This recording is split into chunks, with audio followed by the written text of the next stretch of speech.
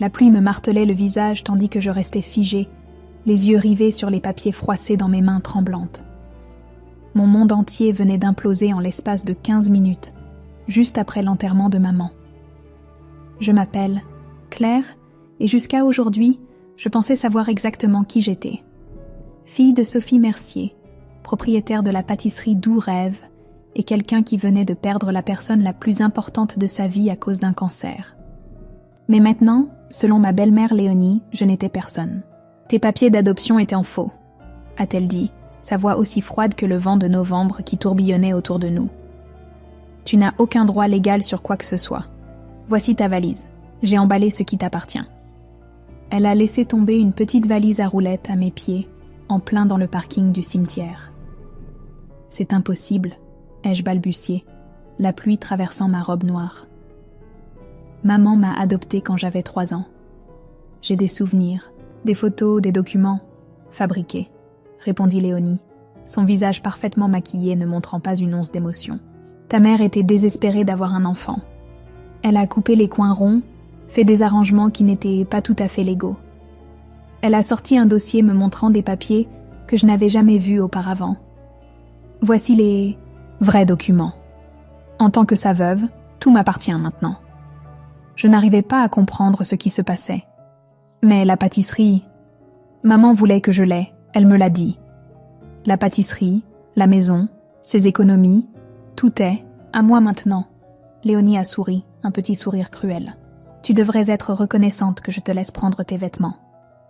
Maintenant, debout seule sous la pluie, je serrais la dernière lettre de maman dans ma main. Elle l'avait donnée à Jules, mon assistant à la pâtisserie, 2 jours avant sa mort, lui faisant promettre de me la remettre après les funérailles. Il me l'avait glissée juste après la révélation choc de Léonie. Mon téléphone vibra. Le nom de Jules s'affichait sur l'écran. « Claire, où es-tu ? Tu ne devrais pas être seule en ce moment. » « Je suis toujours au cimetière. » Ma voix se brisa. « Jules, elle essaie de tout prendre, la pâtisserie, ma maison. »« Ne bouge pas, j'arrive te chercher, » dit-il. 10 minutes plus tard, la vieille Citroën cabossée de Jules arriva. Il sauta dehors, parapluie à la main, et se précipita vers moi. « Mon Dieu, tu es trempé, monte dans la voiture. » Une fois à l'intérieur, j'ouvris enfin la lettre de maman avec des doigts tremblants. Jules monta le chauffage et attendit silencieusement pendant que je lisais. « Ma chère Claire, si tu lis ceci, c'est que je suis partie et que Léonie a probablement déjà montré son vrai visage. Ce qu'elle t'a dit sur ton adoption n'est pas toute la vérité. Elle prépare cela depuis des années, depuis qu'elle a épousé ton père et découvert qu'elle ne pouvait pas avoir d'enfant. L'adoption était légale, chérie, tous les documents étaient authentiques, mais Léonie, elle les a systématiquement détruits et remplacés depuis la mort de ton père. J'ai découvert ce qu'elle faisait trop tard, quand le cancer s'était déjà propagé, mais je t'ai laissé quelque chose dont elle ignore l'existence. Souviens-toi de la vieille boîte à recettes, celle avec le double fond. Tout ce dont tu as besoin s'y trouve. Et il y a autre chose. Quelque chose sur Léonie qui pourrait détruire tout ce qu'elle a construit. Je suis tellement désolée de ne pas être là pour t'aider à te battre. Mais tu es plus forte que tu ne le crois. Avec tout mon amour, maman. » Jules siffla doucement. « La boîte à recettes, elle est toujours à la pâtisserie, non ?» J'acquiesçai, mon esprit tournant à toute vitesse.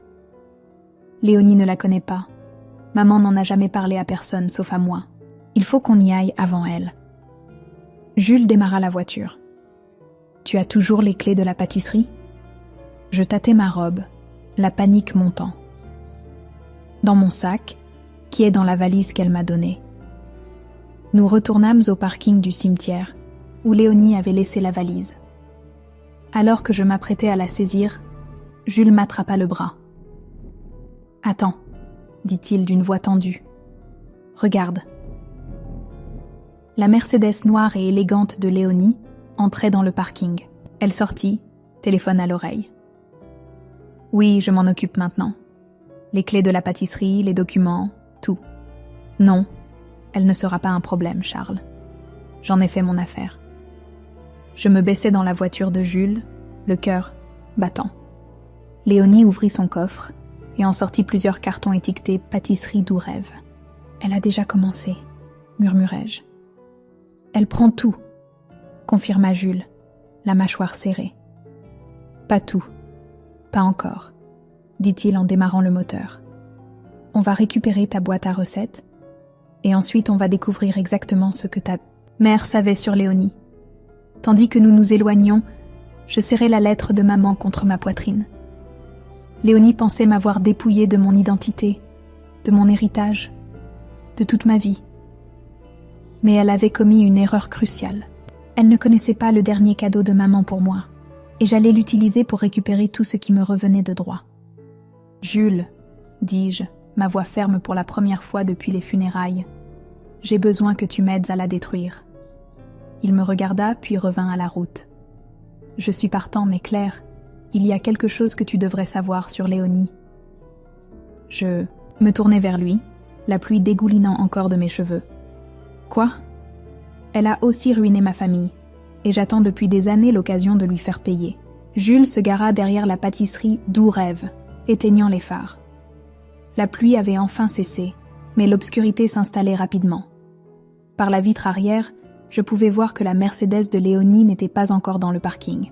« Qu'est-ce que tu voulais dire à propos de Léonie qui aurait ruiné ta famille ?» demandai-je. Mais Jules était déjà sorti de la voiture, testant la porte arrière.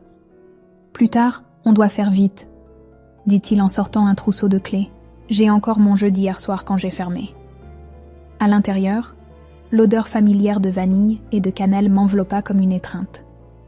La cuisine où maman m'avait tout appris, où j'avais grandi d'une enfant maladroite à chef pâtissière, était encore chaude du travail de la journée.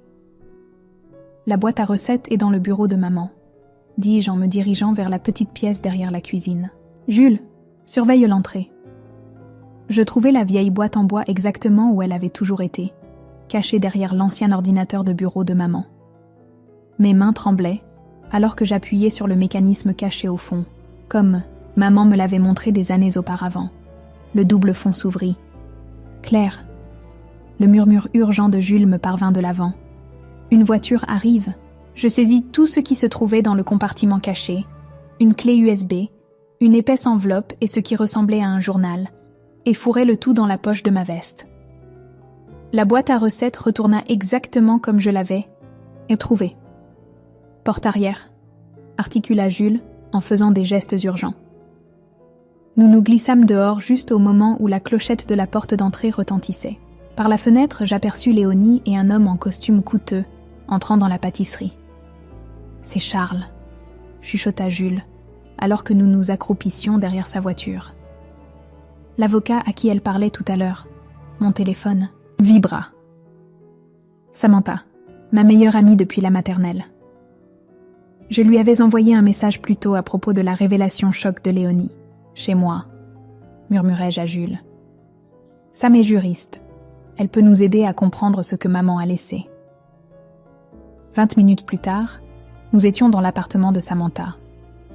Elle jeta un coup d'œil à ma robe d'enterrement encore humide et disparut dans sa chambre, revenant avec un survêtement et un sweat. « Change-toi », ordonna-t-elle. « Ensuite on parlera. » Quand je revins, Jules et Sam avaient préparé du café. « Commençons par la clé USB », suggéra Sam, déjà en train d'allumer son ordinateur portable. Le lecteur contenait des dizaines de photos et de documents. Sam cliqua rapidement à travers eux, son professionnalisme se fissurant à mesure qu'Ali réalisait ce qu'elle voyait. « Ce sont des échanges d'emails entre Léonie et Charles, » dit-elle, « datant de 5 ans avant que ta mère ne tombe malade. » Les emails détaillaient tout. Comment Léonie avait découvert qu'elle ne pouvait pas avoir d'enfant, comment elle avait manipulé mon père pour qu'il change son testament, la désignant comme bénéficiaire principale, comment elle avait systématiquement modifié mes documents d'adoption après sa mort. « Attends », dit soudainement Jules, pointant l'écran. « Retourne en arrière. » Sam recula d'un clic. Il y avait l'adresse email de Léonie, et à côté, un nom qui fit pâlir Jules. « C'est l'email de mon frère, » dit-il doucement. « Clément, ton frère travaille avec Léonie ?» demandai-je. Jules passa une main dans ses cheveux. Travaillait au passé, il était son assistant personnel jusqu'à il y a 3 ans, quand elle l'a accusé de détournement de fonds. Il a tout perdu, sa réputation, ses économies. Il a dû déménager à l'autre bout du pays pour recommencer. « Mais il ne l'a pas fait », dit Sam, lisant plus loin. Selon ses emails, Léonie l'a piégé. Elle avait besoin de quelqu'un pour prendre la responsabilité de l'argent qu'elle déplaçait. « C'est pour ça que tu as pris le job à la pâtisserie », réalisai-je. « Tu essayais de te rapprocher de Léonie. » Jules acquiesça. J'avais besoin de preuves qu'elle avait piégé Clément, mais je n'ai jamais rien trouvé de concret. « Eh bien, maintenant nous les avons, » dit Sam, faisant toujours défiler les documents. « Et ce n'est pas tout, Claire, tu dois voir ça. » Elle ouvrit le journal intime de maman. La dernière entrée était datée de quelques jours avant sa mort. Léonie est venue aujourd'hui, pensant que j'étais trop faible pour comprendre ce qu'elle disait. Elle a tout avoué. Comment elle prévoit de prendre la pâtisserie depuis qu'elle a épousé Richard. Comment elle a détruit les papiers d'adoption originaux. Elle pense qu'elle a gagné, mais elle ne sait pas que j'enregistre nos conversations. Les cassettes sont avec tout le reste. Utilise-les judicieusement, ma chère fille, et rappelle-toi que le plus grand secret ne concerne pas la pâtisserie du tout, mais qui est vraiment Léonie, et ce qu'elle a fait il y a 29 ans. L'entrée s'arrêtait là. Les cassettes doivent être dans cette enveloppe, dis-je en tendant la main vers elle. Avant que je puisse l'ouvrir, mon téléphone vibra avec un message d'un numéro inconnu. Je sais que tu étais à la pâtisserie ce soir. Rendez-vous demain à midi au Café Carter. Viens seul ou je commence les démarches pour saisir la pâtisserie immédiatement. Léonie. N'y va pas, dit immédiatement Jules. C'est un piège. Non, contra Sam, les yeux brillants. Vas-y, mais pas seul. Nous serons là aussi, enregistrant tout. Et Claire ? Elle brandit l'enveloppe. Écoutons d'abord ces cassettes. Demain, tu y vas armé de tout ce que nous savons. Je regardais à nouveau le message, la colère et la détermination coulant dans mes veines. Léonie pensait avoir les cartes en main, mais maman s'était assurée que je serais prête pour ce combat. « Et tu ne te bats pas seule », ajouta doucement Jules. Pour la première fois depuis les funérailles, je sentis une étincelle d'espoir. Léonie n'avait aucune idée de ce qui l'attendait. Le Café Carter était bondé pour le déjeuner quand j'entrai à midi précis. Léonie était assise à une table d'angle, parfaitement posée dans son tailleur de créateur, un cappuccino intact devant elle. « À l'heure », dit-elle alors que je m'asseyais. « Je suppose que tu as eu le temps de digérer notre conversation d'hier. » Sam et Jules étaient à des tables séparées, ressemblant à n'importe quels autres clients.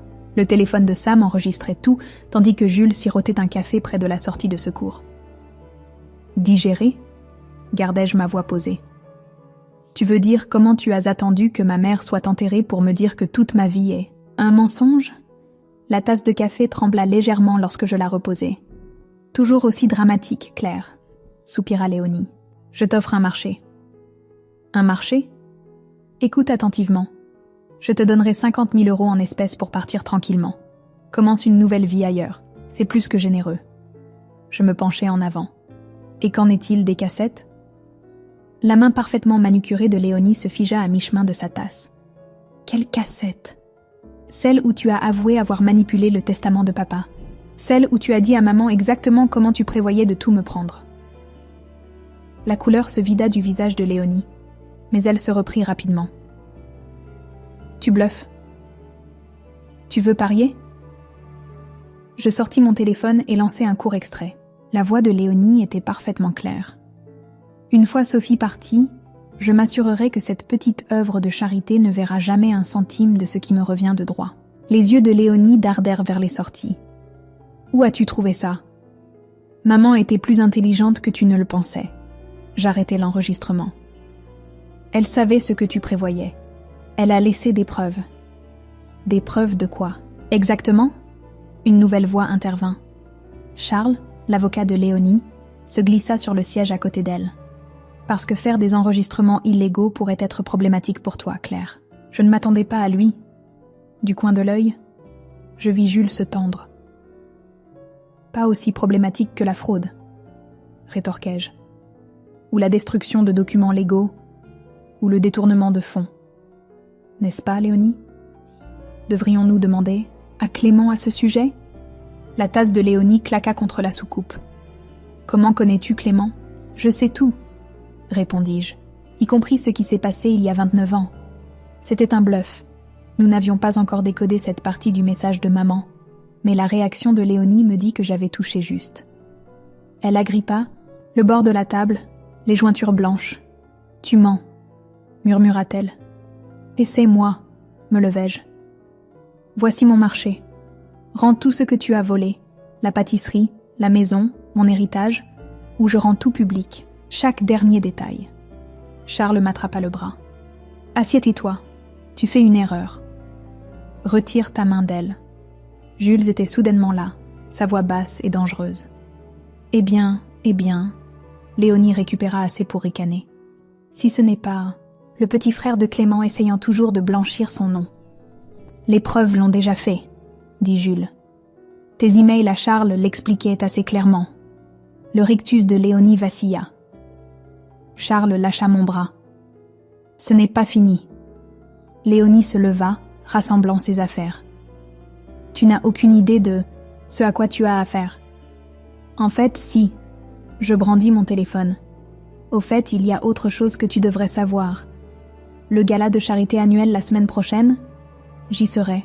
Romain Howard m'a personnellement invité à parler des contributions de maman à la communauté. Léonie se figea. Romain Howard était sa plus grande connexion sociale, la clé de son image soigneusement cultivée dans la haute société. « Tu n'oserais pas ?» souffla-t-elle. « Essaie-moi. Tu as jusqu'à là pour arranger les choses. » Alors que Léonie et Charles se précipitèrent dehors, Sam glissa sur leur siège vacant. J'ai tout enregistré en vidéo, mais Claire, cette histoire de parler au gala était un mensonge. C'était un mensonge, confirmai-je, mais ça m'a donné une idée. Romain Howard organise ce gala chaque année. Maman donnait toujours des pâtisseries, il l'adorait. Et Léonie veut désespérément faire partie de ce cercle, ajouta Jules. C'est toute son identité, approuvai-je en sortant le journal, de maman. Nous avons 6 jours pour découvrir ce qui s'est passé il y a 29 ans. Quoi que ce soit, Léonie est terrifiée que ça se sache. J'appellerai le bureau de Romain, dit Sam, déjà en train de composer. Je gère certaines des questions juridiques de ses œuvres caritatives. Je peux obtenir ce créneau de parole. Jules me toucha l'épaule. Claire, quand Léonie a mentionné Clément, je devrais te dire quelque chose. Il y a plus dans cette histoire que juste le coup monté pour détournement de fonds. Avant qu'il puisse continuer, mon téléphone vibra avec un message d'un autre numéro inconnu. Je sais ce que Léonie a fait il y a 29 ans. Rendez-vous à la vieille bibliothèque ce soir à 20h. Viens seul. Ça change tout ? Je montrai. Le message à Jules et Sam. C'est probablement Léonie qui essaie de te piéger, prévint Sam. Ou ça pourrait être quelqu'un qui sait vraiment, dit Jules. Mais tu n'y vas pas seul. Je fixai le message, pensant aux derniers mots de maman dans son journal. Quel que soit le secret de Léonie, il était assez important pour lui faire perdre le contrôle à sa simple mention. J'y vais, décidai-je. Mais d'abord, nous devons passer à la pâtisserie. Il y a quelque chose dans le bureau de maman que je dois vérifier. Quoi ? demanda Sam. Les dates dans ses vieux calendriers. Il y a 29 ans, maman travaillait à l'hôpital des enfants. Quoi qu'il se soit passé, c'était là-bas. L'expression de Jules changea. L'hôpital des enfants, Claire, c'est là que Clément travaillait aussi.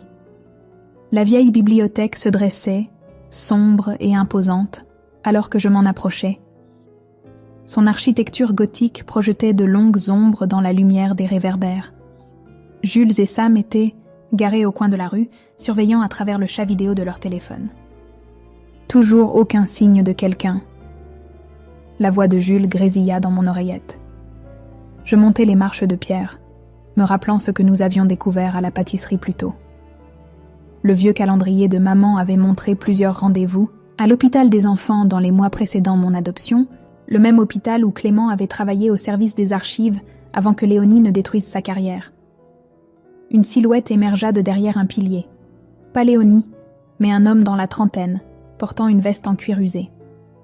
Clément, le reconnus-je d'après la photo que Jules m'avait montrée. Il hocha la tête, jetant nerveusement un coup d'œil par-dessus son épaule. Merci d'être venu. J'ai suivi ta situation avec Léonie. Comment ? Je n'ai jamais cessé de la surveiller, même après qu'elle m'ait piégée. J'étais aux funérailles, restée à l'arrière. J'ai vu comment elle t'a traité. Pourquoi me contacter maintenant ? Clément sortit une épaisse enveloppe manille. Parce que j'ai enfin trouvé des preuves de ce qu'elle a fait. Pas seulement à moi, mais il y a 29 ans. Ça te concerne, Claire, et ta vraie mère. Mon cœur s'arrêta. Quoi ? Soudain, des phares balayèrent les marches de la bibliothèque. Un SUV noir freina violemment. À l'intérieur maintenant. Clément m'attrapa le bras, me tirant vers l'entrée latérale de la bibliothèque. Il avait une clé, avait dû l'obtenir, plus tôt. Jules, Sam, SUV noir vient d'arriver, murmurai-je dans mon oreillette. On le voit, répondit Sam. 2 hommes en sortent. On dirait que Charles est l'un d'eux. Clément me conduisit à travers la bibliothèque assombrie, passant devant d'imposantes étagères jusqu'à un bureau arrière. Léonie paye des gens pour détruire des documents depuis des années, dit-il, en verrouillant la porte derrière nous. Mais j'ai réussi à sauver des copies avant qu'elle y arrive. Il étala des documents sur un bureau, allumant une petite lampe. Regarde ça. Dossiers hospitaliers d'il y a 29 ans. Léonie était infirmière là-bas. Une infirmière ? C'était une nouvelle pour moi. Au service maternité, il y a eu un incident, un échange de bébés, 2 nourrissons échangés à la naissance. L'un est mort quelques jours plus tard. La voix de Clément était grave. L'hôpital a étouffé l'affaire, mais Léonie en était responsable. Elle avait bu pendant son service. Mes mains tremblaient en lisant les documents. Tu veux dire que le bébé qui est mort n'était pas censé être avec ses parents-là ? Léonie a échangé les bracelets d'identification des nourrissons ? Elle allait être découverte quand ta mère biologique, est entrée en travail, prématurée. Léonie a vu une opportunité. De lourds pas résonnèrent dans la bibliothèque. Ils sont à l'intérieur, avertit Jules à travers l'oreillette. On arrive. Léonie a aidé à t'accoucher, continua rapidement Clément. Quand ta mère biologique a développé des complications et était morte peu après, Léonie a falsifié l'acte de décès. Elle t'a déclaré comme étant le nourrisson décédé, puis a arrangé pour que Sophie t'adopte par des canaux non officiels. Mais pourquoi ? Parce que l'enquête sur l'échange de bébés aurait révélé son problème d'alcool. Elle aurait perdu sa licence d'infirmière, serait allée en prison. De cette façon, elle a enterré son erreur pour toujours. Ou du moins le pensait-elle. La porte du bureau fut violemment secouée. « Ouvrez ! Nous savons que vous êtes là-dedans !» tonna la voix de Charles. « Prends ça !» Clément me poussa l'enveloppe. « Il y a une porte arrière par cette réserve. Va-t'en !» « Et toi ? Je vais les retenir. Jules sait où me trouver. » Je me glissai dans la réserve juste au moment où la porte du bureau s'ouvrait violemment. Par l'entrebâillement, je vis Charles et un autre homme confronter Clément. « Ces dossiers étaient scellés, » gronda Charles. « Comme les dossiers que tu as aidé Léonie à falsifier, » répliqua Clément. J'entendis des bruits de lutte, puis la voix de Jules. « La police arrive. Reculez. » Je serrai l'enveloppe et courus, surgissant par la porte arrière dans l'air nocturne. Sam m'attendait dans sa voiture. « Roule !» Je sautai à l'intérieur. Alors que nous filions, je vis dans le rétroviseur Jules aidant Clément à sortir du bâtiment. Ils atteignirent de la voiture de Jules juste au moment où les sirènes de police retentissaient au loin. « Qu'as-tu découvert ?» demanda Sam. J'ouvris l'enveloppe d'une main tremblante, en sortant des certificats de naissance, des registres de décès et des documents hospitaliers. Léonie fuit son passé depuis 29 ans. Elle a tué un bébé par négligence, puis a utilisé ma naissance pour couvrir ses crimes. Ma voix se brisa.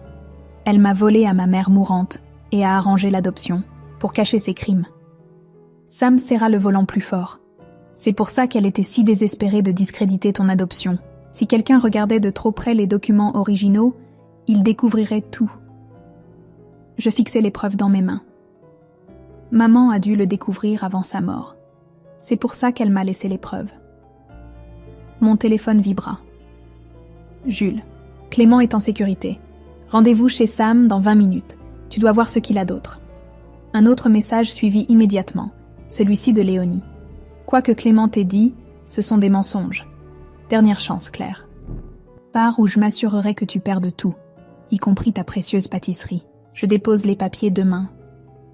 Je pensais à maman combattant le cancer mais se battant encore pour moi, à ma mère biologique qui n'a jamais eu la chance de me connaître, à Clément portant cette vérité pendant des années. Sam, dis-je, ma voix dure. Appelle Romain. Dis-lui que j'ai besoin de ce créneau de parole au gala. Il est temps que tout le monde sache exactement qui est vraiment Léonie. Le gala est demain soir, dit Sam en arpentant son salon. Léonie essaye déjà de bloquer ton créneau de parole. Elle a dit à Romain que tu étais mentalement instable. Je répétais mon discours quand quelqu'un frappa à la porte. Jules ouvrit pour révéler Clément, l'air plus composé qu'à la bibliothèque. Léonie devient désespérée, dit-il en déposant une nouvelle pile de papier sur la table basse. Elle vient d'essayer d'accéder à mes anciens dossiers hospitaliers. Trop tard. Jules sourit sinistrement. Nous avons déjà tout transféré sur un serveur sécurisé. Clément étala les nouveaux documents. Il y a plus. Tu te souviens quand j'ai dit que Léonie avait bu quand elle a échangé ses bébés ? Elle buvait avec quelqu'un. Il pointa une vieille photo du personnel. Mon cœur s'arrêta. C'est Charles ? Clément confirma. Il était avocat junior pour l'hôpital à l'époque. Il a aidé à dissimuler l'échange de bébés et Léonie le fait chanter depuis. C'est pour ça qu'il l'aide maintenant, réalisa Sam. Elle le tient toujours. Mon téléphone vibra. Un email de Romain Howard en personne. Créneau de parole confirmé pour demain soir. Léonie a essayé d'intervenir, mais je connais Sophie depuis des années. Si tu as quelque chose à dire, tu seras entendu. Il faut être prudent, prévint Clément. Léonie ne s'inquiète plus seulement de sa réputation. Elle fait face à des accusations criminelles potentielles. C'est pourquoi ça doit être parfait, dit Sam en ouvrant une présentation sur son ordinateur portable. J'ai organisé toutes les preuves, dossiers hospitaliers, certificats de décès, les enregistrements de Sophie, le témoignage de Clément. Attends, interrompit Jules, fixant l'un des documents.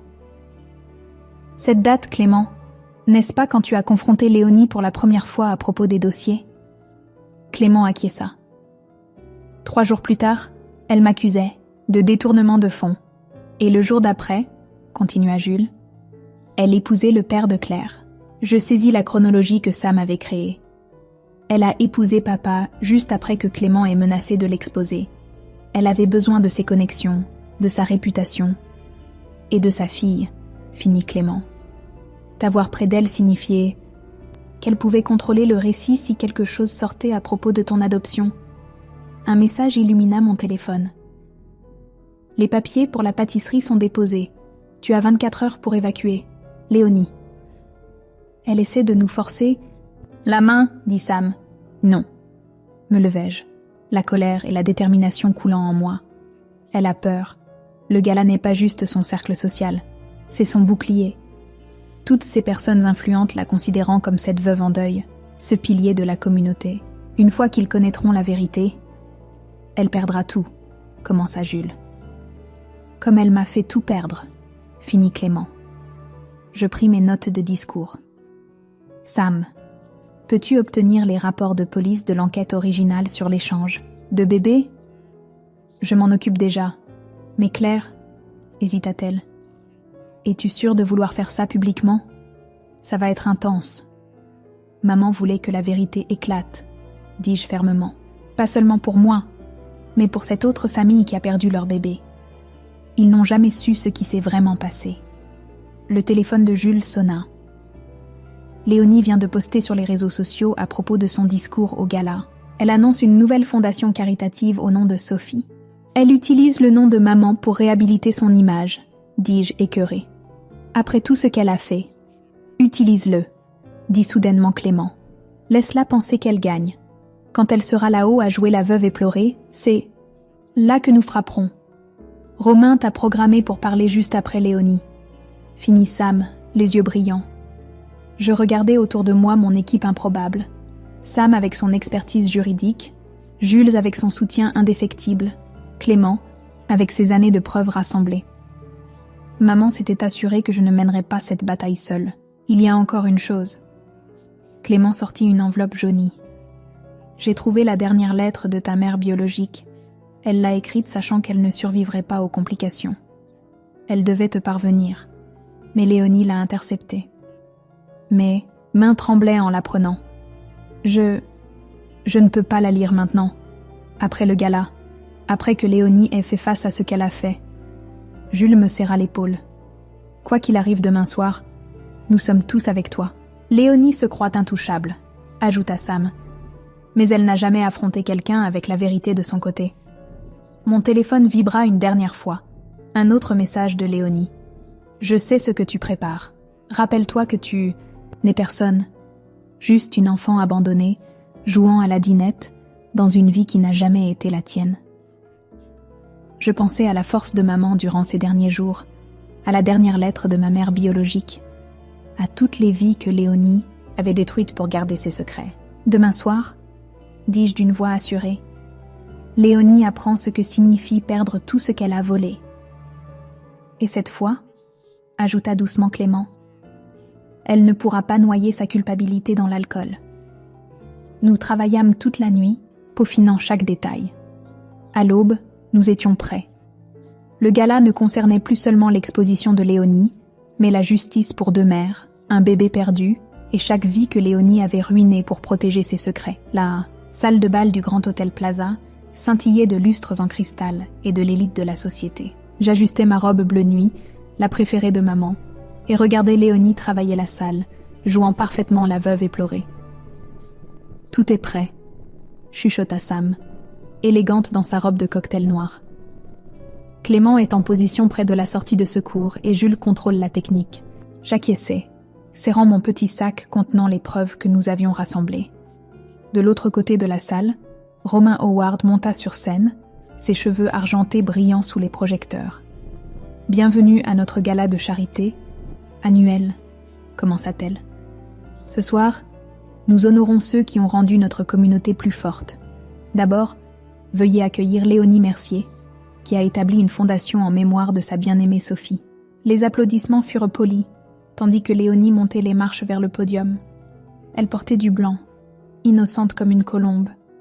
Sophie était plus que la première femme de mon mari. La voix de Léonie se brisa parfaitement. Elle était ma plus chère amie. C'est pourquoi j'annonce la fondation commémorative Sophie Mercier pour les enfants dans le besoin. Jules apparut à mon coude. Les diffusions en direct fonctionnent. Les infos locales couvrent l'événement. Léonie continua des larmes brillantes. La plus grande joie de Sophie était d'aider les enfants. Bien qu'elle n'en ait pas eu elle-même, elle a ouvert son cœur à tous. Mes mains se crispèrent. Sam me serra le bras.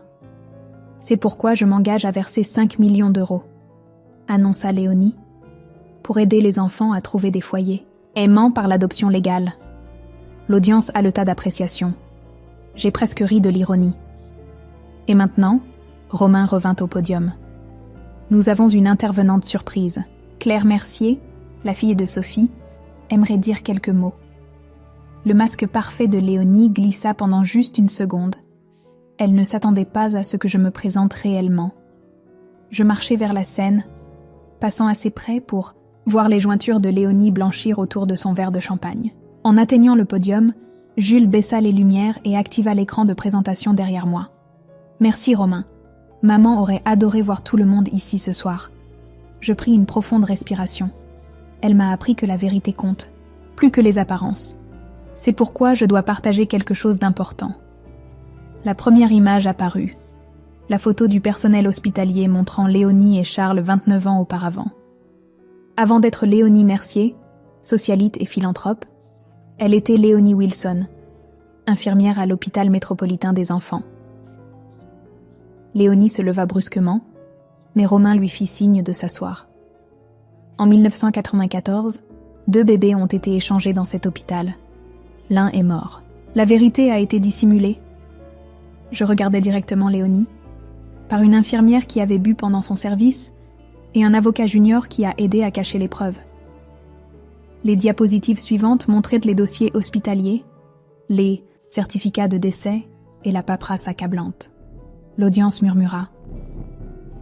Cette infirmière a ensuite volé un autre bébé, moi, d'une mère mourante, arrangé une adoption illégale et passé des décennies à détruire les preuves de ces crimes. C'est de la diffamation. Léonie bondit sur ses pieds. Elle est mentalement instable. En fait, la voix de Clément résonna alors qu'il émergeait de la foule. Tout ce qu'elle dit est documenté. J'ai sauvé les dossiers avant que tu ne puisses tous les détruire, Léonie. Clément, haleta-t-elle. Tu as disparu après que Léonie t'ait piégé pour détournement de fonds, dit Charles en se levant, le visage pâle. Clément sourit sinistrement. Je rassemblais des preuves, comme les enregistrements de Léonie avouant tout à Sophie sur son lit de mort. Jules lança la lecture. La voix de Léonie remplit la salle de bal. Personne ne peut rien prouver. J'ai échangé ces bébés, dissimulé cette mort, et personne ne le saura jamais. Sophie, tu es mourante de toute façon. Pourquoi protéger? Cette œuvre de charité que tu appelles ta fille? L'audience haleta. Léonie se précipita vers le podium, mais Sam s'avança. Je ne ferai pas ça, dit-elle tranquillement. La police est déjà en route. Nous leur avons tout envoyé il y a 1 heure. Léonie tourna vers la sortie, mais la sécurité bloqua son chemin. Elle se retourna vers moi, le mascara coulant. Tu ne comprends pas, dit-elle. Ce bébé est mort à cause de moi. Je ne pouvais pas y faire face, ne pouvais laisser personne savoir. Quand ta mère biologique est morte en couche, c'était ma chance de faire les choses bien. En me volant, ma voix tremblait. En détruisant chaque vie qui menaçait ton secret, je t'ai donné une meilleure vie, cria Léonie. Une vraie famille. Non, je brandis la lettre de ma mère biologique. Tu as volé ma vérité, tout comme tu as volé à cette autre famille la chance de pleurer leur vrai bébé. Des policiers entrèrent dans la salle de bal. Charles essaya de s'éclipser, mais fut rapidement arrêté. Léonie Mercier. Un officier s'approcha. Vous êtes en état d'arrestation pour multiples chefs d'accusation de fraude, falsification de preuves et négligence criminelle ayant entraîné la mort. Alors qu'ils emmenaient Léonie, elle verrouilla, son regard avec le mien une dernière fois. Je t'aimais, murmura-t-elle. À ma façon. Garde ça pour le juge, dit froidement Sam. Romain Howard reprit le podium, visiblement secoué. À la lumière de ces révélations, tous les fonds de la fondation seront gelés en attendant l'enquête. Je regardais Léonie disparaître par les portes, sa robe blanche contrastant fortement avec les uniformes sombres des officiers. Jules apparut à mes côtés. « Tu l'as fait », dit-il doucement. « Tes 2 mères seraient en fières. » Je touchai la lettre dans ma poche, les derniers mots de Sarah, ma mère biologique, encore non lus. « Demain, » dis-je. « Ce soir, je dois appeler cette autre famille. Ils méritent de connaître la vérité sur leur bébé. Nous le ferons ensemble. » Promit Jules en prenant ma main. Pour la première fois depuis l'enterrement de maman, je me sentais vraiment libre. La toile de mensonge de Léonie s'était finalement défaite, et la vérité, bien que douloureuse, apporterait enfin la guérison. Le lendemain matin du gala, j'étais assise dans la pâtisserie Doux Rêve. Ma pâtisserie, à nouveau entourée de gros titres de journaux sur l'arrestation de Léonie. Jules apporta 2 tasses de café fumantes, tandis que Sam étalait les documents juridiques sur notre table préférée. « Léonie risque une lourde peine de prison », dit Sam, surlignant des sections clés. Charles aussi. Ils coopèrent tous, les 2 avec les enquêteurs, essayant d'obtenir des peines plus légères. Un léger coup à la porte nous fit lever les yeux. Un couple âgé se tenait dehors, Thomas et Marie, les parents du bébé décédé 29 ans auparavant. Je les avais appelés hier soir après le gala. Jules les fit entrer. Les yeux de Marie étaient rougis, la main de son mari ferme sur son épaule. « Merci d'avoir accepté de nous rencontrer », dit doucement Thomas. « Voulez-vous du café? Des pâtisseries fraîches ?» offris-je, essayant de stabiliser ma voix. Marie secoua la tête, sortant un album photo usé. « Nous avons apporté quelque chose pour toi. » Elle l'ouvrit à une page montrant un minuscule bébé dans un berceau d'hôpital. « C'est notre fille. Notre vraie fille. Celle que nous pensions être la nôtre. Nous aimerions que tu aies cette photo. Mes mains tremblaient en la prenant. « Je suis tellement désolée que vous n'ayez jamais su la vérité. » « Nous l'avions nommée Espérance, » murmura Marie. « Toutes ces années, nous pensions qu'elle était la nôtre. Découvrir maintenant qu'elle appartenait à une autre famille, que notre vrai bébé. » Elle ne put continuer. « La police a retrouvé l'autre famille, » dit doucement Sam. « Ils arrivent demain. Aimeriez-vous les rencontrer ?» Thomas acquiesça, les larmes aux yeux. « Nous aimerions ça. Connaître les derniers jours de notre vraie fille. » La clochette tinta à nouveau.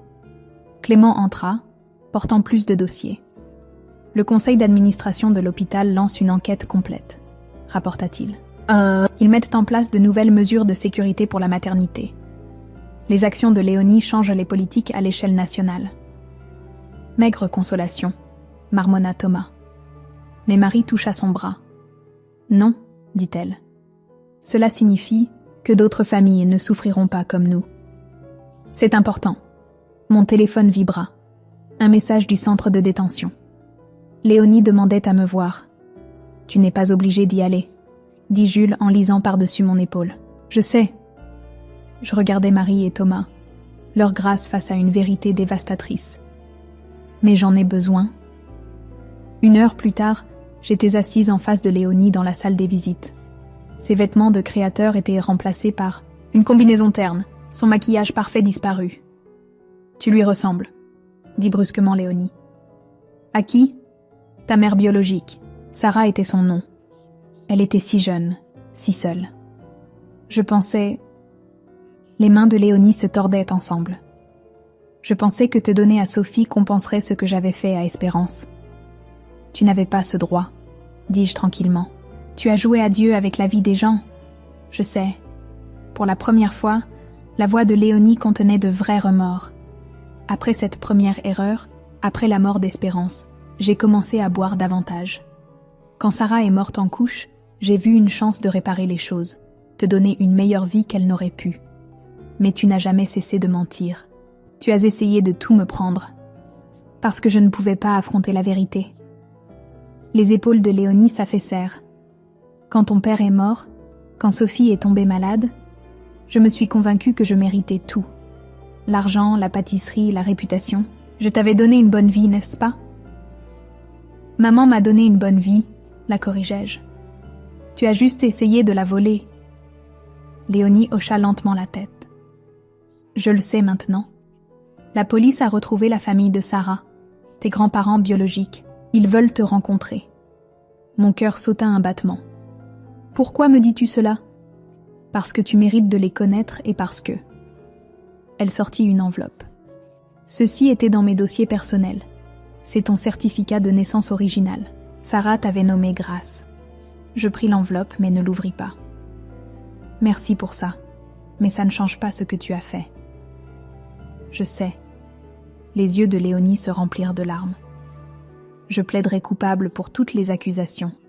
Il est temps que je paie pour mes choix. De retour à la pâtisserie, je trouvais Jules qui m'attendait. Sans un mot, il me prit dans ses bras.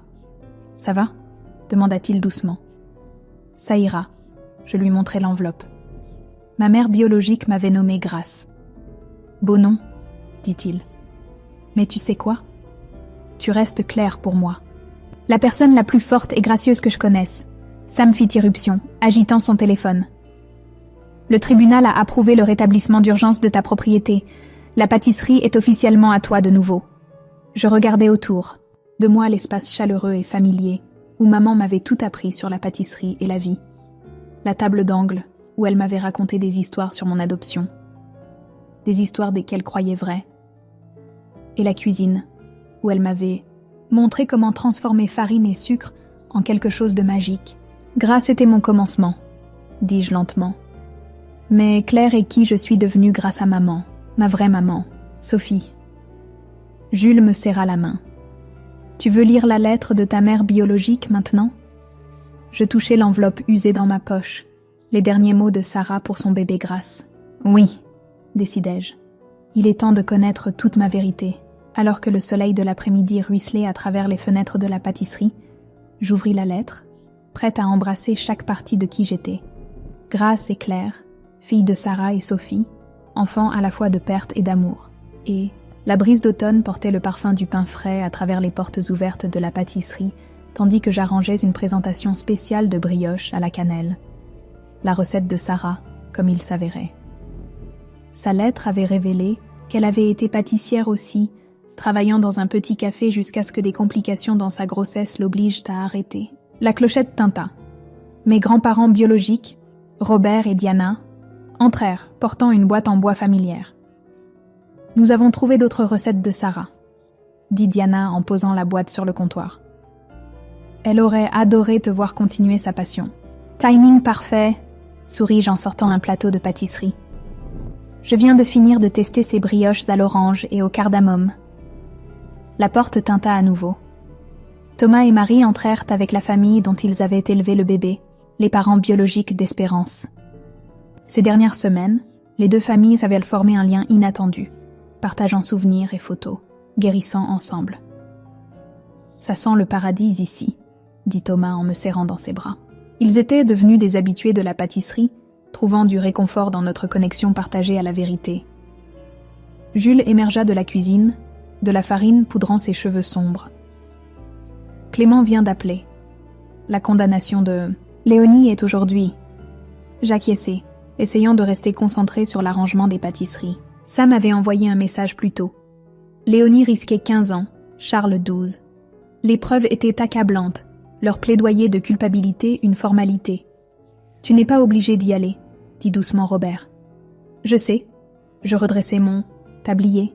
« Mais j'ai besoin de voir ça jusqu'au bout. » Jules toucha mon épaule. « Je te conduirai. » Au tribunal, Sam nous rencontra dehors, papier légaux en main. « Léonie a demandé à te parler avant la sentence. » La salle d'audience était pleine.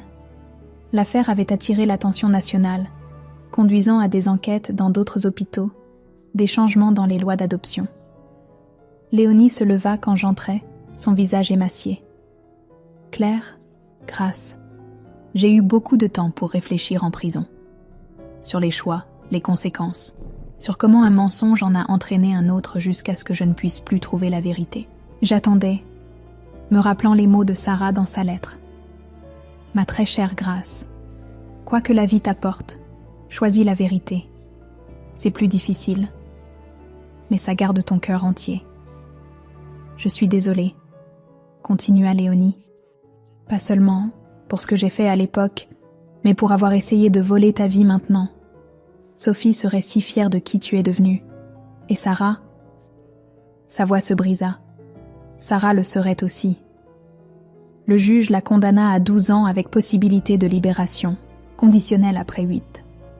Alors qu'ils emmenaient Léonie, elle se retourna une dernière fois. « La pâtisserie, dit-elle. La boîte à recettes avait un double fond. Mais as-tu vérifié les côtés ?» Ce soir-là, Jules m'aida à examiner la vieille boîte à recettes. Cachée dans un panneau creux, nous trouvâmes une petite clé et une adresse. « C'est pour un garde-meuble », dit Jules en recherchant l'emplacement sur Google.